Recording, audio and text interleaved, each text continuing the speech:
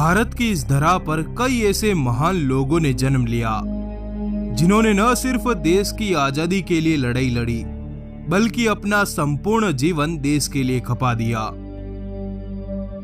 दोस्तों, आज की इस वीडियो में हम मां भारती के उन्हीं लाडलों की शख्सियत से परिचित होंगे। हम जानेंगे कि आखिर इन वीरों का अंतिम समय किन हालातों में बीता और उनकी मृत्यु कैसे हुई। साथ ही हम ये भी जानेंगे कि आज हमारे इन वीरों की समाधियां कहां है और किस हालत में है। उम्मीद है आपने इस वीडियो को लाइक जरूर किया होगा। चलिए शुरू करते हैं। चंद्रशेखर आजाद की समाधि। कमर में पिस्तल, मूंछों पर ताव, कंधे पर जनेऊ, शेर जैसी शख्सियत। याद थे, याद हैं, याद रहेंगे। आजाद थे, आजाद हैं और आजाद रहेंगे। भारत के महान क्रांतिकारी, वीरता और देशभक्ति की ज्वलंत मूर्त अमर शहीद चंद्रशेखर आजाद का जन्म 23 जुलाई सन 1906 को मध्य प्रदेश के भावरा नामक गांव में हुआ था। माता ने बचपन में ही बालक चंद्रशेखर को संस्कृत का विद्वान बनाने के लिए बनारस के एक गुरुकुल में भेज दिया, परंतु अंग्रेजी ताकतों द्वारा आम भारतीयों पर अत्याचारों को देख आजाद ने क्रांति के मार्ग पर उतरते हुए हथियार उठा लिए। क्रांतिकारियों की यह सेना जब बनारस की सड़कों पर उतरी तो चंद्रशेखर आजाद ने नारा दिया, अब भी जिसका खून न खोले खून नहीं वो पानी है, जो देश धर्म के काम न आए वो बेकार जवानी है। इसी के साथ आजाद की पहली गिरफ्तारी हुई। साल 1921 में जब उनको अंग्रेजी जज के सामने पेश किया गया, जज ने चंद्रशेखर से उनका नाम पूछा तो उन्होंने बोला आजाद। पिता का नाम पूछा तो उन्होंने बताया स्वतंत्रता। घर का पता पूछा तो उन्होंने बताया जेल।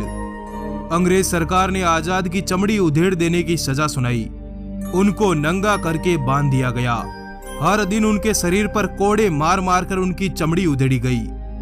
जवाहरलाल नेहरू इस घटना के प्रत्यक्ष गवाह थे। उन्होंने लिखा कि जब 15 साल के उस लड़के की चमड़ी उधेड़ी गई तब तक उसके मुख से भारत माता की जय के नारे निकलते जाते जब तक वो बेहोश नहीं हो जाता। और इस तरह चंद्रशेखर तिवारी चंद्रशेखर आजाद बन गए। इस दिन के बाद से आजाद ने अंग्रेजों की नाक में दम कर दिया। वे सालों तक अंग्रेजों की पकड़ में नहीं आए। कई आजादी के मतवालों के गुरु बन गए। उनको शेर हिंदुस्तान कहा गया, पर उनके ही मित्र ने उनके साथ गद्दारी की और उनके ठिकानों का पता अंग्रेज सरकार को दे दिया। जिसके बाद 27 फरवरी सन 1931 की सुबह चंद्रशेखर आजाद को इलाहाबाद के अल्फ्रेड पार्क में अंग्रेजी पुलिस द्वारा घेर लिया गया।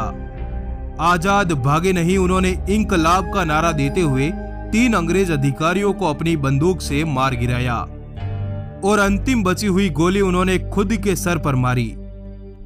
उनके शव को अंग्रेज सरकार द्वारा दाह संस्कार के लिए रसूलाबाद घाट भेज दिया गया।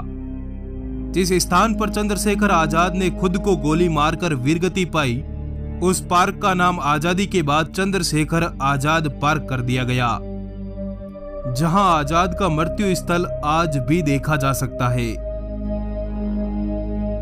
अब्दुल कलाम की कब्र। मिसाइल मैन और भारत के पहले वैज्ञानिक राष्ट्रपति डॉक्टर एपीजे अब्दुल कलाम का जन्म 15 अक्टूबर सन 1931 को तमिलनाडु राज्य के रामेश्वरम में हुआ था। भारत रत्न डॉक्टर कलाम का बचपन भयानक गरीबी में बीता। 2 वक्त की रोटी कमाने के लिए छोटी सी उम्र में ही कलाम साहब ने अखबार बेचना शुरू कर दिया। पढ़ाई में होशियार और मेहनती होने के कारण उनको छात्रवृत्ति मिली, जिससे उन्होंने अपने कॉलेज की पढ़ाई पूरी की। साल 1960 में कलाम साहब डीआरडीओ और इसरो से जुड़कर देश सेवा में लग गए।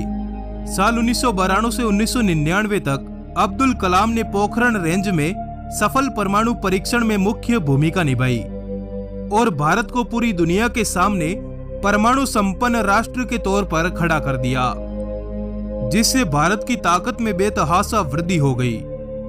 2002 से 2007 तक अब्दुल कलाम ने राष्ट्रपति के रूप में अगले 5 सालों तक राष्ट्र की सेवा की। 27 जुलाई साल 2015 को डॉक्टर अब्दुल कलाम शिलोंग में एक वैज्ञानिक सभा को भाषण दे रहे थे। उनके भाषण के शुरू होने के मात्र 5 मिनट के भीतर ही उनको हार्ट अटैक आ गया, जिससे उनकी मृत्यु हो गई। इस वक्त उनकी उम्र 83 साल थी। उनके शरीर को तुरंत भारतीय वायुसेना के हरक्यूलस हेलीकॉप्टर से दिल्ली लाया गया। यहाँ से उनके शरीर को उनके जन्म स्थान रामेश्वरम भेज दिया गया। रामेश्वरम के करंबू मैदान में कलाम साहब को दफना दिया गया। आज कलाम साहब की कब्र तमिलनाडु राज्य के रामेश्वरम करंबू मैदान में है, जो आज कुछ ऐसी दिखती है। बाबा साहेब भीमराव अंबेडकर की समाधि। भारतीय संविधान के रचयिता और सदी के महानायक बाबा साहेब डॉक्टर भीमराव अंबेडकर का जन्म 14 अप्रैल सन 1891 को मध्य प्रदेश के महू नामक गांव में हुआ था। ये वो समय था जब भारत में अंग्रेजी राज अपने चरम पर था। समाज का हर वर्ग एक दूसरे से अलग होकर अपने आप को ऊंचा और नीचा सिद्ध करने में लगा था। ऊंच नीच के इस भेद ने बाबा साहेब को अछूत घोषित कर दिया, परंतु बचपन से ही बालक को पढ़ने में बहुत रुचि थी। उन्होंने समाज को सुधारने के लिए शिक्षा को हथियार बनाया। वे अपनी जाति के पहले व्यक्ति थे जिन्होंने शिक्षा पाने के लिए बंबई से अमेरिका की राह पकड़ी। उन्होंने अमेरिका और लंदन में रहकर अर्थशास्त्र, राजनीति शास्त्र और वकालत जैसे विषयों में महारत हासिल की। 9 भाषा और 64 विषयों के विद्वान डॉक्टर अंबेडकर महार जाति के पहले वकील बने। साल 1927 में बाबा साहेब ने हिंदू समाज में फैले जातिवाद को समाप्त करने के लिए आवाज उठाई। ये आवाज थी ऊंच नीच का भेद मिटाने की, सबको बराबरी का दर्जा दिलवाने की। ये आवाज थी एकता और भाईचारा बढ़ाने की। भारत की आजादी के बाद आप भारत के पहले कानून मंत्री बनाए गए, जिसके बाद उन्होंने भारत का संविधान तैयार किया। अंबेडकर लंबे समय से मधुमेह से पीड़ित थे। साल 1954 में उनके शरीर में कमजोरी महसूस हुई, जिसके बाद उन्होंने आराम करना शुरू किया और 6 दिसंबर सन 1956 को मात्र 65 साल की उम्र में डॉक्टर भीमराव अंबेडकर ने स्वर्ग की ओर प्रस्थान किया। 7 दिसंबर को मुंबई के दादर चौपाटी पर उनका अंतिम संस्कार किया गया।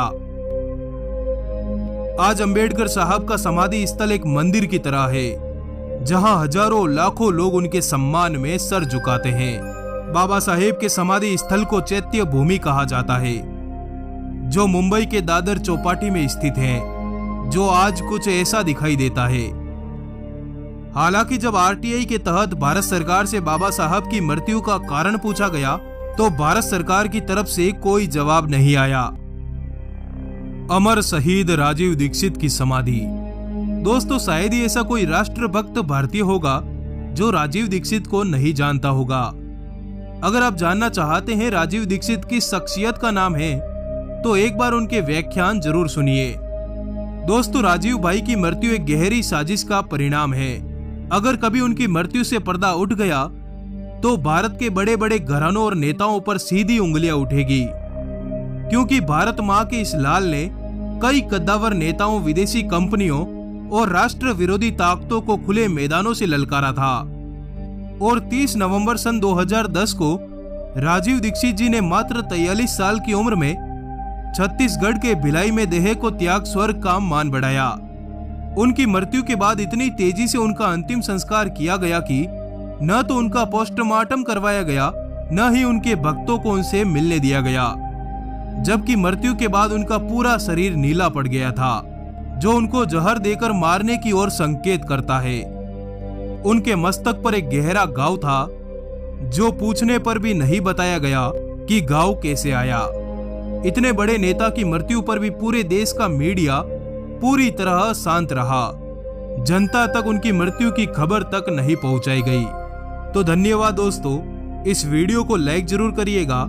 अगर आप इन सभी महापुरुषों के वंशजों के बारे में जानना चाहते हैं, अगर आप जानना चाहते हैं कि इनके बच्चे आज कहाँ हैं, क्या करते हैं, तो कमेंट बॉक्स में जरूर बताइएगा।